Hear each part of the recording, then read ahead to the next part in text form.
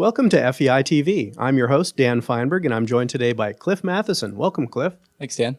Cliff's an application engineer who's going to talk to us today about particle sizing, analysis, and morphology. What exactly is the problem that we're trying to solve? So in a lot of today's major industries, they use particles in their final products. So understanding not only the particle size, but also the morphology of these particles is very important to people doing research in those industries. For instance, in the pharmaceutical industry, understanding the particle size and morphology and making sure that they're correct is going to really affect the final outcome of the product. So in the pharmaceutical application, it may affect the bioavailability of the final product. Well, that sounds important.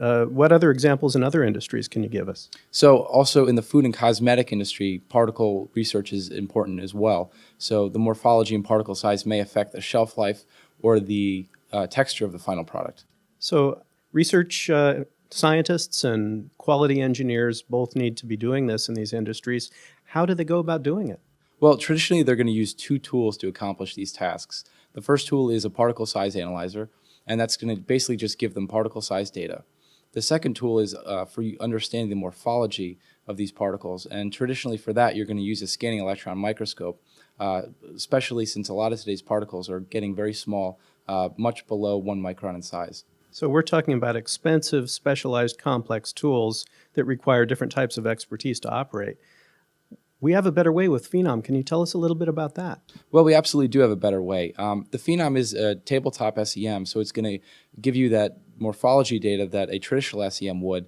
However, you can also use the files that are captured with the Phenom and use those in conjunction with a off-the-shelf particle sizing software to actually get particle size data about your samples. So what type of software is this exactly? So there are several different types of software. There's open source software such as ImageJ that's available free online that you can actually use for particle size analysis. And there are also some more advanced applications and software platforms as well, such as Scandium, which is available off the shelf through Olympus. Wow, that's exciting. Now I see you've queued up an image here. Can you tell us a little bit about it? Sure. So this is a scanning electron image of several small particles. Now, most of these particles are about a micron in diameter.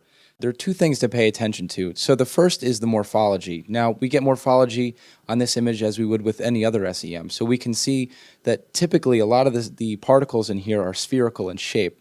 However, we also have some outliers here as well. Particles like this one and this one here are not spherical in shape, and these may cause problems in a lot of today's products that use particles.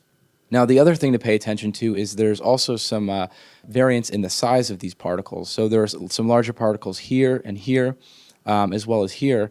However, there are also some smaller particles. So even with the naked eye, you can see that there is variance among these particles. Now, just looking at them quickly, you're not going to be able to get any statistical data out of that. However, you can take this image, which is stored with a TIFF header, plug it into one of these off-the-shelf software platforms, and actually get statistically meaningful data out of them.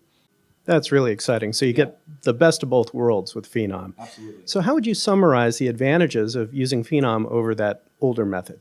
So the Phenom's basically going to give you the power of having your morphology and particle sizing and doing that with one tool rather than having two tools, which conventionally would be the answer for most researchers.